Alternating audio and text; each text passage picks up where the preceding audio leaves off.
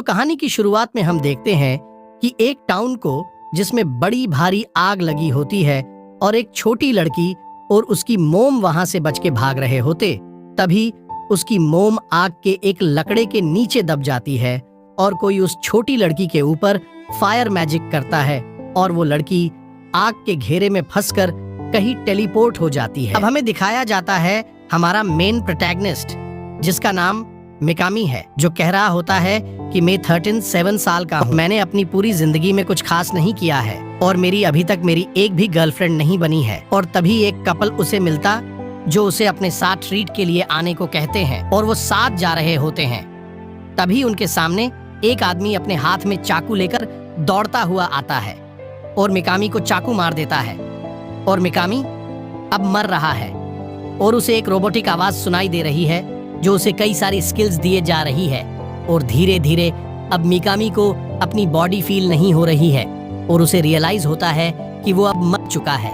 और उसका रिकारनेशन हुआ है एक स्लाइम के रूप में। अब वो थोड़ी देर घूमने के बाद घास को एब्सॉर्ब करता है और सोचता है कि ये घास आखिर जाएगी कहाँ।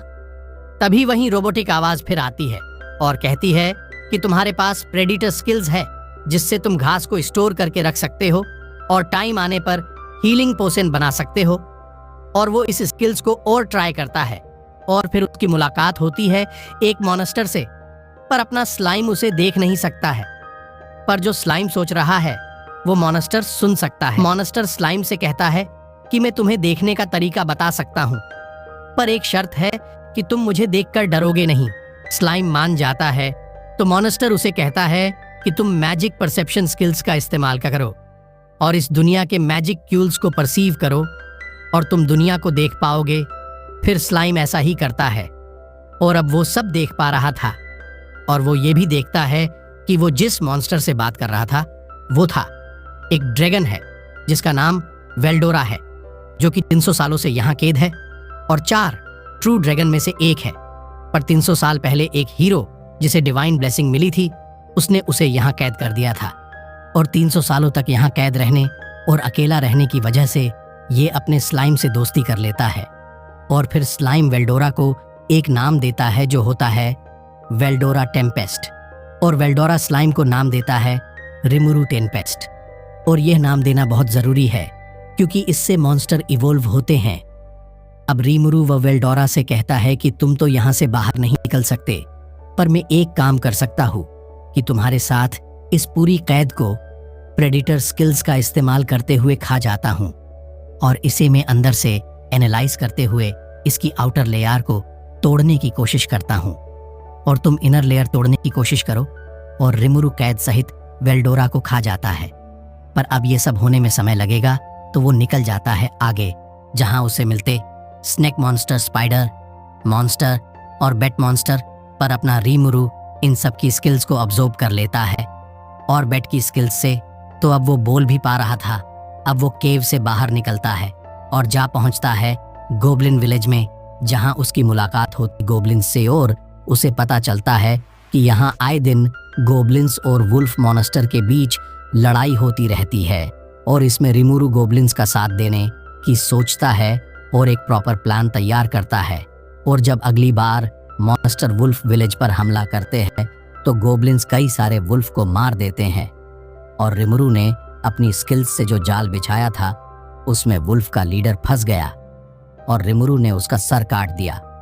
और उस वुल्फ की बॉडी को अब्जॉर्ब कर उसी का रूप ले लेता है और उन वुल्फ को भी अपनी साइड कर लेता है। अब वो सभी उसे एक भगवान की तरह ट्रीट कर रहे होते हैं और अब वो उन सबको नाम देने की सोचता है और वो उन सभी को नाम देता है और अब वो उस वुल्फ को नाम देता है रोंगा। तभी अचानक से रिमुरू पिघलने लगता है और जब वो उठता है तो वो देखता है कि वो बूढ़ा गोब्लिन एक तगड़ा गोब्लिन बन गया है और वो वुल्फ भी बदल गया है और वो सारे गोब्लिन्स भी इवोल्व हो गए हैं। अब रिमुरू उन सबसे अलविदा लेता और जाने से पहले वो उस बूढ़े गोब्लिन को विलेज का लीडर बना देता है और वो रोंगा और उसके साथियों के साथ वहां से चला जाता है। और उसके साथी जा रहे हैं द्वेगो किंगडम कपड़े और घर बनाने वालों को खोजने और गोप्ता उन्हें रास्ता बता रहा है। रात को रिमुरू को पता चलता है कि यहाँ अल्फ, डीमंस और हीरोज भी है और रिमुरू अब अल्फ के बारे में सोचने लगा था। फिर वो पहुंचते हैं द्वारगोन किंगडम और रीमुरु सबसे कहता है कि गोप्ता और मैं दोनों जाते हैं क्योंकि सबका जाना अच्छा आइडिया नहीं रहेगा। फिर हम देखते हैं रीमुरु और गोप्ता को जो कि एंट्रेंस की लाइन में लगे हैं। तभी वहां दो बंदे आते हैं जो गोप्ता और रीमुरु को परेशान करते हैं और रीमुरु को वो बोलता हुआ देख वो उसे बेचने की बात करते हैं। रीमुरु पहले तो उन्हें वॉर्न करता है पर वो नहीं सुनते हैं और रीमुरु फिर रोंगा का रूप ले लेता है और एक दहाड़ मारता है जिससे कुछ लोग भाग जाते हैं, कुछ कंफ्यूज है और बाकी डरे हुए हैं। तभी वहां सोल्जर आते हैं और ये सब देखकर उन दोनों को जेल में डाल देते हैं। अब रीमुरु इस सिपाही को पूरी कहानी बताता है और वो सिपाही जिसका नाम काइडो है वो कहता है कि तुम्हारी बातें इस रिपोर्ट से मैच कर रही है तो तुम जल्दी ही यहाँ से निकल जाओगे। तभी एक सिपाही वहां आता है और काइडो से कहता है कि हमारे कुछ सिपाही घायल है और हमारे पास हीलिंग पोशन नहीं है। तभी रीमुरु काइडो को पीछे देखने को कहता है और पीछे पूरा पैरेल हीलिंग पोशन से भरा पड़ा था और रीमुरु कहता है आप इसे ले जा सकते हैं। फिर हम देखते हैं रीमुरु स्पाइडर वेब से खेल रहा होता है और फिर काइडो आता है और रीमुरु से कहता है कि आज तुम्हारी वजह से हमारे सिपाही बच पाए हैं और वो उसे खाने पे इनवाइट करता है। वहां वो रीमुरु से पूछता है कि मैं तुम्हारी कोई मदद कर सकता हूं तो बताओ। रीमुरु उसे अच्छे लोहार के बारे में पूछता है और काइडो उसे अपने पहचान वाले एक लोहार के पास ले आता है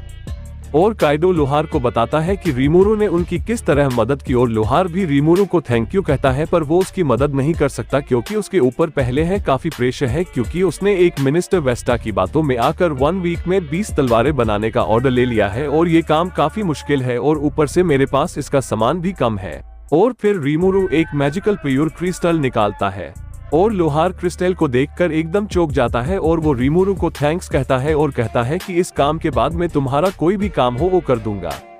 रीमुरु कहता है कि मैं चाहता हूं कि तुम हमारे गोबलिन विलेज आओ और उन्हें बताओ कि हथियार कैसे बनाए जाते हैं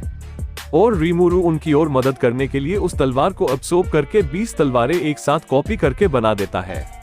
और इससे वो लोग काफी खुश होते हैं और इसी खुशी में वो सभी पार्टी करने के लिए एक क्लब में जाते हैं जहां कई सारी अल्फ होती है जिसे देखकर रीमुरु तो एकदम पगला गया था। अब एक अल्फ आकर रीमुरु को जोर से गले लगाती है, इससे रीमुरु को काफी अच्छा लग रहा होता है और फिर बाकी अल्फ उसे घेर लेती है और वो चारों लोग रीमुरु को देखकर स्माइल कर रहे थे और रीमुरु मजे ले रहा है और वो लोहार रीमुरु की तारीफ कर रहा होता है तलवार बनाने के लिए और ये सभी यहाँ मजे कर रहे होते हैं जहाँ एक अल्फ भविष्य देखने वाला क्रिस्टल निकालती है और रीमुरु से कहती है कि चलो तुम्हारी फ्यूचर वाइफ देखते हैं और फिर वो अल्फ क्रिस्टल पे कुछ स्पेल बोलती है और हमें 5 लोग दिखाए जाते हैं जिनमें से एक एडल्ट और 4 बच्चे हैं और फिर क्रिस्टल ग्लो करता है और एक लड़की दिखती है।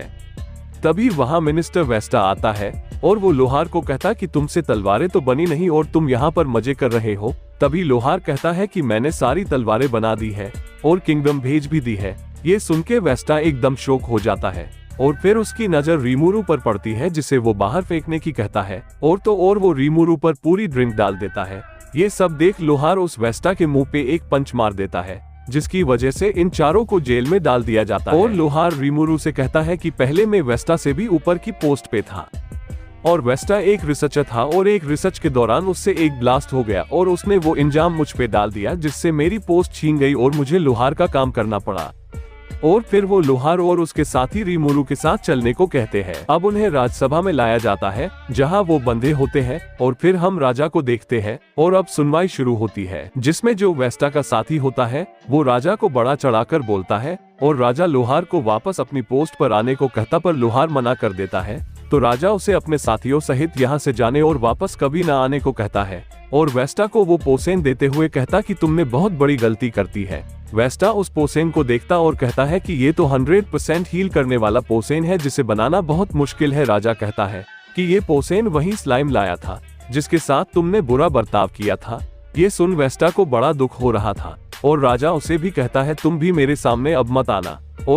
और अब वो चारों इस किंगडम से भी अलविदा